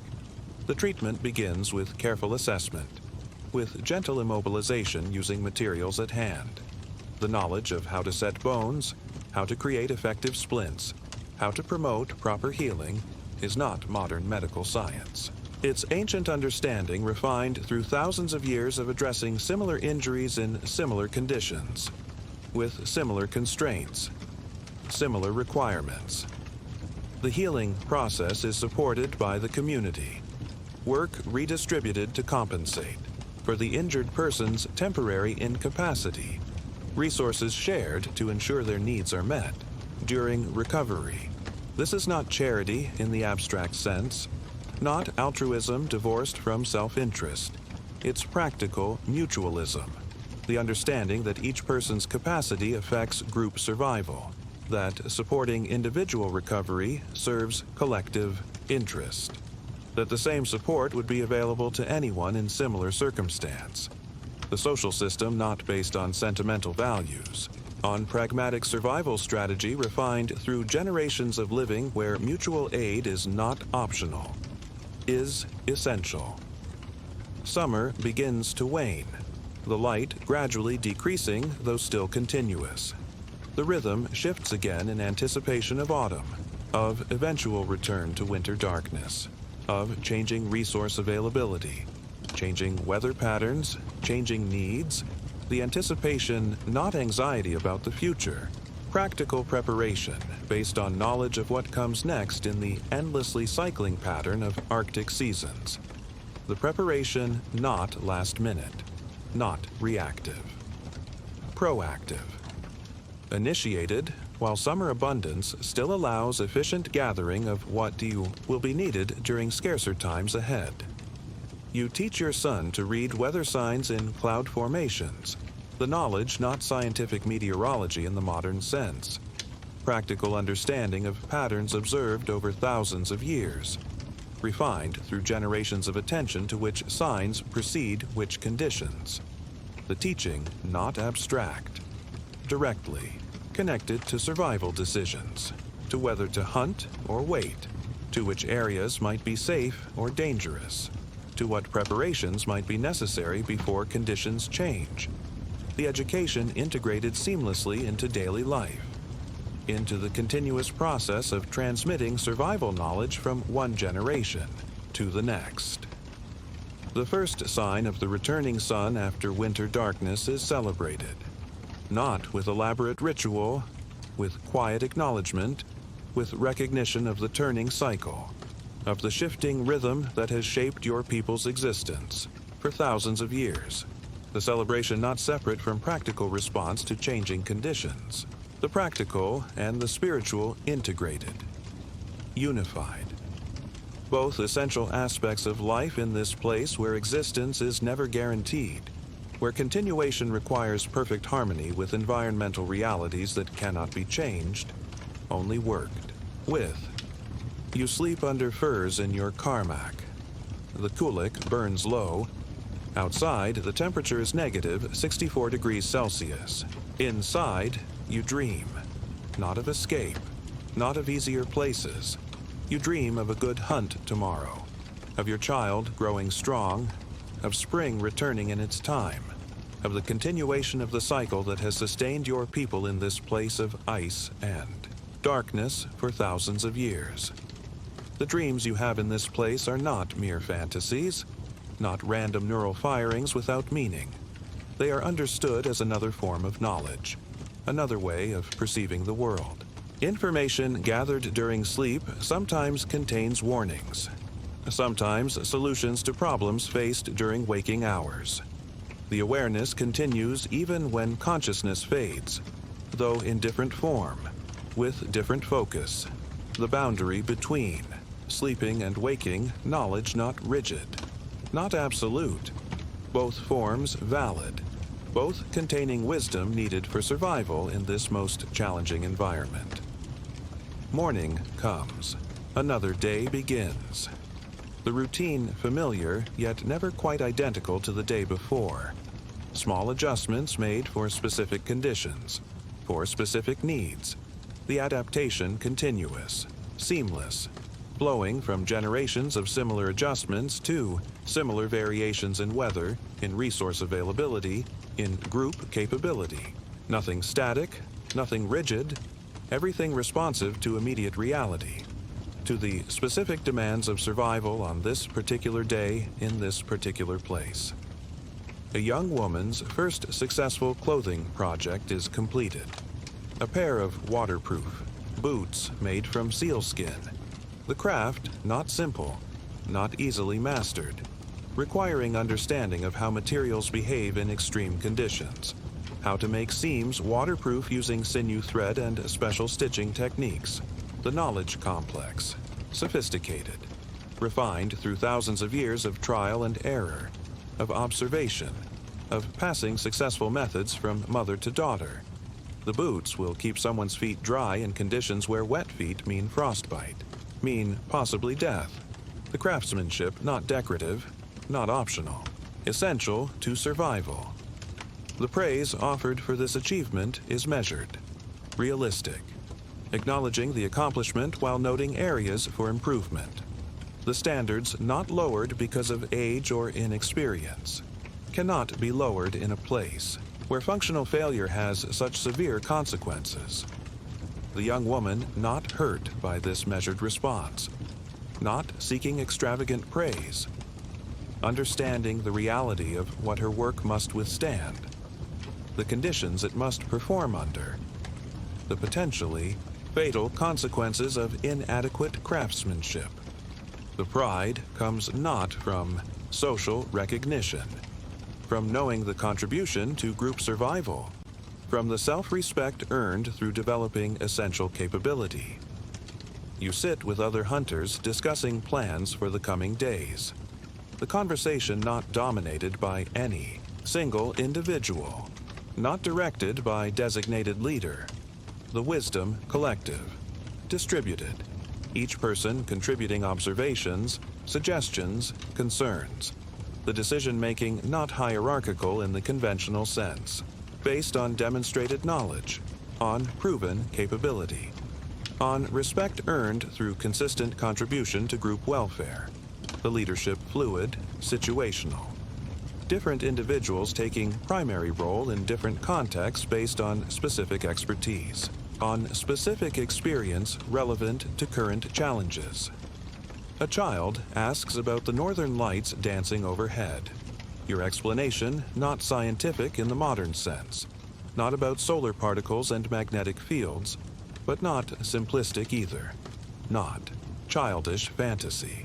It contains elements of spiritual understanding, of generations observing connections between aurora patterns and subsequent weather, of traditional knowledge that has practical application despite lacking theoretical framework recognizable to modern science. The explanation not dumbed down, not artificially simplified. Children here are not sheltered from complex reality, are integrated into full understanding from earliest age. The capacity to comprehend developing alongside the knowledge itself. The hunting party departs at dawn, moving across the ice with practiced efficiency. The formation not random, not haphazard, optimized through generations of refinement for safety, for communication, for effective response to whatever might be encountered. The tracking methods employed not primitive, not unsophisticated, highly developed, capable of discerning subtle information from minimal signs. From tracks nearly invisible to untrained eyes, from snow conditions, from ice formations, from wind patterns. The knowledge not magical, not mysterious, simply the accumulated wisdom of thousands of years observing, interpreting, remembering what these signs indicate, what they predict, what they reveal about potential hunting success in specific locations.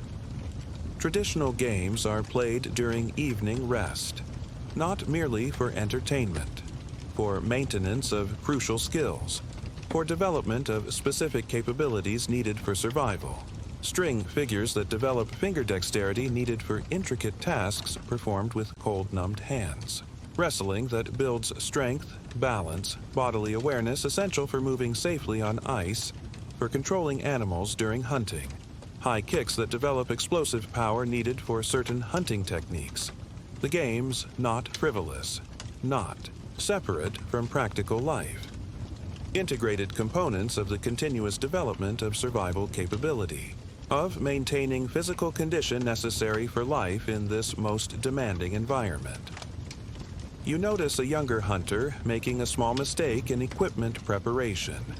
The correction offered not as criticism, not as judgment, as practical sharing of knowledge that might prevent equipment failure, might prevent injury, might prevent death in conditions that allow no margin for error. The correction accepted without defensiveness, without embarrassment.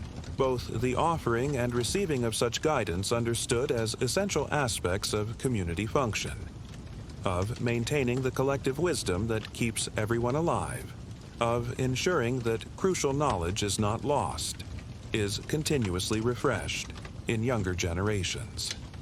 The ice conditions change unexpectedly. A sudden shift in wind direction causes pressure ridges to form where smooth passage existed before. The hunting party adapts immediately. Route altered, methods adjusted. The response, not panicked, not confused, flowing from deep understanding of ice behavior, of how to read changing conditions, of alternative approaches for different ice formations. The adaptation not innovative in the sense of creating entirely new solutions, drawing on established knowledge of how previous generations handled similar situations.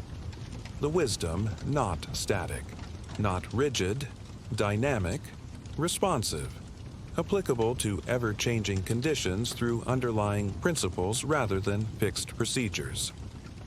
You teach your daughter to read animal tracks in the snow, the knowledge detailed, precise, not just identifying which animal made the tracks, discerning its size, its health, how recently it passed, which direction it was moving, whether it was traveling alone or with others, whether it was calm or frightened. The information complex, multi-layered, gathered from subtle variations in impression depth, in stride length, in pattern. The teaching patient but not indulgent. The standards high. Must be high when such knowledge might determine hunting success, might determine whether the community eats or goes hungry. The girl focused, absorbing, understanding without, being told the seriousness of what she learns, the essential nature of this knowledge for survival in this place. A disagreement arises between community members about distribution of a recent hunt. The resolution not through dominance, not through arbitrary authority, through discussion, through reference to established principles refined through generations of similar situations. The focus not on individual desire, on collective welfare, on what pattern of distribution best serves community survival, best maintains the relationships, the mutual support, essential in an environment where no one survives alone. The resolution, not perfect, not pleasing everyone equally, but practical, workable, preserving both current function and future cooperation necessary for continued existence in this most challenging place. The shamanic ceremonies performed at certain times are not superstition divorced from practical reality, not primitive confusion about causality. They are integrated components of the knowledge system that keeps your people alive, that has kept them alive for thousands of years in conditions where survival seems impossible. The ceremonies connect spiritual understanding with practical action, with proper relationship to animals hunted, with maintenance of social bonds essential for group cohesion, with transmission of crucial knowledge embedded in ritual, in story, in shared experience. The spiritual not separate from the material. Both aspects of the unified approach to existence that makes life possible in the Arctic. You watch a young hunter practice with throwing board and harpoon. The technique not simple, not easily mastered, requiring thousands of repetitions to develop the muscle memory, the intuitive understanding of how the tool extension affects trajectory, the capacity to adjust for wind, for distance, for movement of the target. The practice not casual, not half-hearted, focused, intentional, The young hunter understanding without being told that his future ability to contribute to group survival depends on mastering this skill, on developing this capability to its highest possible level. The motivation not external, not imposed, arising naturally from integration into a culture where each person's skills directly affect collective welfare, directly influence whether the community thrives or perishes in this most unforgiving environment. The seasonal movement begins again. Families traveling together to traditional hunting grounds where specific resources become available at this time of year. The coordination, not requiring central direction, flowing from shared understanding of the annual cycle, of where to be when for optimal harvesting of what the environment offers in its rhythm of scarcity and relative abundance. The knowledge not written in calendars, not recorded in schedules, living in the collective memory of a people whose existence depends on being in the right place at the right time with the right tools and techniques for what's available there. The timing refined through countless generations of observation, of adjustment, of learning what works best in the endlessly cycling pattern of Arctic seasons.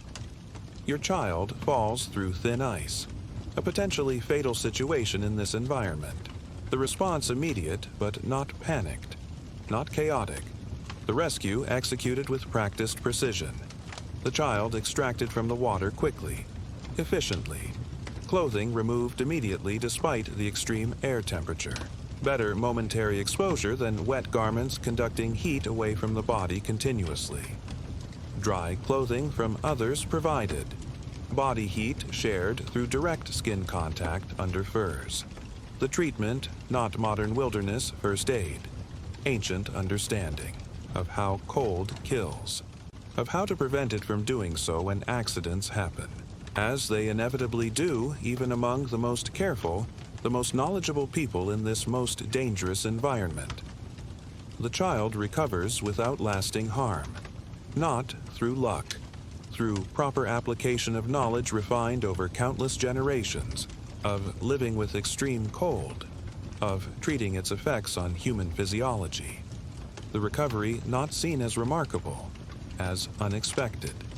The natural outcome of right action based on right understanding. The same principle that governs all aspects of survival in this most challenging environment. You share food with an elder whose hunting days are past, not from abstract charitable impulse, from practical understanding of community function, of the circular nature of care that sustains your people. You were fed as a child by those who came before, will be fed in your elderly years by those who come after. The sharing, not sentimentality. Practical recognition that knowledge resides in the old, that wisdom accumulated through decades of experience remains valuable even when physical capability diminishes. That maintaining this reservoir of understanding serves group survival as directly as successful hunting, as skillful crafting of essential tools and clothing. The social system not based on emotional values, on empirical observation of what works, of what patterns of relationship best support continued existence in conditions that allow no waste of resource, no discard of anything or anyone with value to offer. The tools you use daily are not crude, not primitive in the sense of unsophisticated. They are elegant in their simplicity, in their perfect adaptation to specific tasks, specific conditions, specific materials available in this environment. The snow knife shaped precisely for cutting blocks that will build emergency shelter when needed. The fish spear designed with detachable head that holds prey securely once struck. The needle case protecting precious bone needles from damage while keeping them accessible when needed. Each item refined through thousands of years of use, of modification, of improvement. The designs not random, not accidental. The end results of countless small adjustments seeking optimal function with minimal materials, with maximum efficiency, with longest useful life in conditions where nothing is easily replaced, where every tool represents significant investment of time, of energy, of irreplaceable resources. You teach your son to make these tools, the knowledge not abstract, not theoretical, hands-on, practical, the learning through guided doing rather than verbal instruction alone, through progressive participation that begins with simple aspects of the process, advances to more complex elements as capability develops, the standards not lowered for the beginner, the expectations realistic but rigorous. A poorly made tool means wasted material that cannot be replaced easily, means potentially reduced hunting success, means possibly hunger. The boy understands this without lengthy explanation, has absorbed the reality of life here where nothing is casual, where nothing is inconsequential, where every action, every creation, every decision has direct impact on survival prospects in this most unforgiving environment. The cycle continues, day after day, season after season, year after year, generation after generation. The knowledge preserved, refined, adapted when necessary. The wisdom accumulated through thousands of years of observation, of trial and error, of passing successful techniques from parents to children. The result, not mere survival. A way of life perfectly suited to one of Earth's most challenging environments. A culture that thrives where nothing should be able to live, not through conquest of nature, through perfect understanding of it, through harmony with its requirements, through acceptance of its realities combined with the practical knowledge necessary to work within them, to find the narrow path of possibility they allow. Your life is not a struggle against the cold, not a battle against the darkness, not a fight against scarcity. It's an integration with these realities, an accommodation based on perfect understanding of what they allow, what they require, what patterns of human activity align with their immutable presence. The adaptation not resentful, not reluctant, natural, complete, the product of countless generations who have faced these same conditions, who have refined the responses that work, that enable continued existence where it seems impossible, where it would be impossible without. The accumulated wisdom, the perfect alignment, the harmonious relationship with environmental realities that your culture represents. And this is the deepest truth of the ancient Inuit way of life.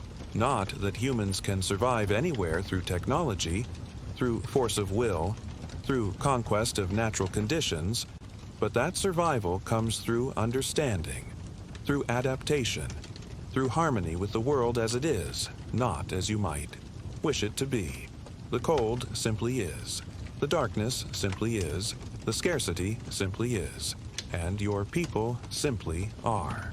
Existing within these realities through knowledge so precise, so complete, so perfectly aligned with what they allow that life continues where it should not be possible. Has continued for thousands of years.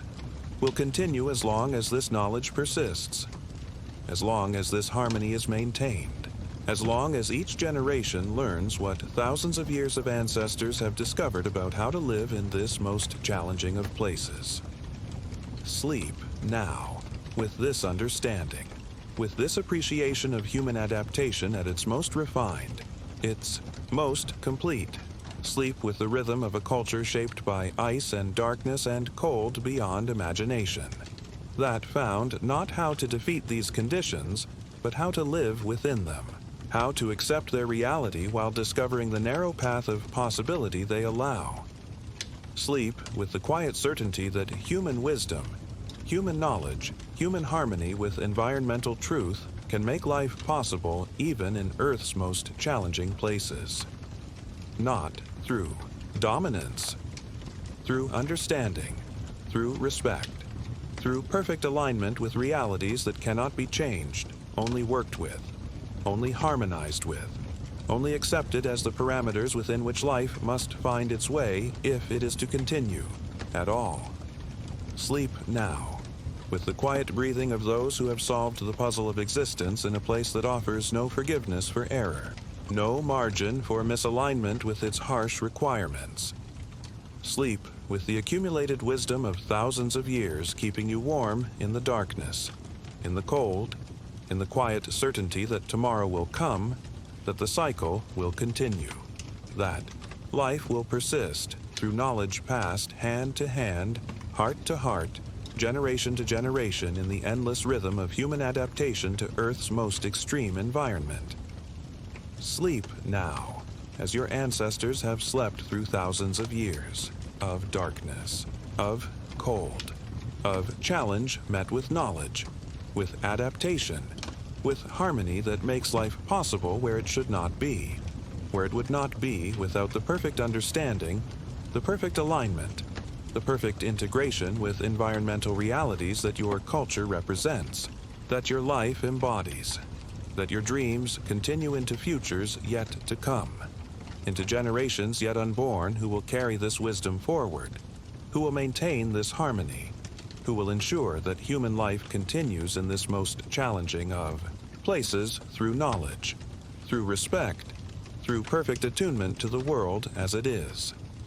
Sleep now, in the quiet certainty of continuation, of rhythm unbroken since time beyond memory, of human capability to find the path of possibility, even in conditions that seem to preclude it entirely. Sleep with the subtle pride of belonging to a tradition that represents human adaptation at its most refined, its most complete, its most harmonious with the truths of existence that cannot be changed, only worked with, only aligned with, only accepted as the parameters within which life must find its way if it is to continue at all. Sleep, now, with the rhythm of breath, with the subtle warmth of bodies sharing heat as they have shared knowledge, shared resource, shared the burden and the achievement of survival in Earth's most extreme environment. Sleep in the continuation of a way of life not merely existing, but refined to its most perfect form through the constant pressure of conditions that allow no error, no waste, no misalignment with their immutable truth. Sleep now, as the night holds the world in its frozen embrace, as your knowledge holds life possible within that frozen world, as your culture maintains the narrow path of possibility where none should exist. Sleep with the quiet pride of belonging to a tradition that represents human adaptation at its most complete, its most harmonious, its most respectful of the world as it is rather than as humans might wish it to be. Sleep now, with the cold kept at bay through understanding rather than conquest, through knowledge rather than force, through harmony rather than dominance. Sleep in the achievement of countless generations who have refined this understanding, this knowledge, this harmony to its most perfect form through the endless cycle of challenge and response that defines existence in the Arctic. That has defined it since human beings first arrived in this place of extremes and discovered not how to defeat it, but how to live within it, how to align with its harsh realities, how to find the narrow spaces of possibility it allows for those with wisdom enough to see them, to work within them, to pass this seeing, this working, this wisdom to children who will carry it forward into futures yet unfolding. Sleep now, in the quiet certainty of continuation, of rhythm unbroken since time beyond counting, of human capability to align with environmental truth, even when that truth seems to preclude the possibility of life entirely. Sleep with the subtle satisfaction of belonging to a tradition that has solved this seeming impossibility, that has maintained this solution through countless generations facing similar conditions, similar challenges, similar requirements for perfect understanding of what the world allows, of what it demands, of what patterns of human activity harmonize with its immutable realities. Sleep now, as the night deepens around the small sphere of warmth your knowledge has created in a world of ice and darkness and cold beyond imagination. Sleep in the protection of wisdom accumulated through thousands of years of similar nights, similar challenges, similar stark requirements for survival met with similar responses proven effective through the ultimate test of continued existence, of unbroken continuation since ancestors first arrived in this most extreme environment and began the long process of discovering how to live within it, how to align with its harsh realities, how to pass this discovery to children who would pass it to their children in the endless relay of survival knowledge that makes the impossible possible. That makes life continuous where every force of nature challenges its existence. Sleep now, with the kulik burning low, with the breathing of family close around you under shared furs, with the cold kept at bay not through conquest, but through knowledge of how to live with it, how to accommodate its reality while finding the narrow spaces of warmth, of nourishment, of continuation it allows. Sleep with the wind outside moving snow across landscapes ancient beyond imagining, that have challenged human existence since your ancestors first arrived in this place of extremes, that continue to challenge each generation anew, that forge human adaptation into its most refined, its most complete form through the constant requirement of perfect alignment with environmental truth.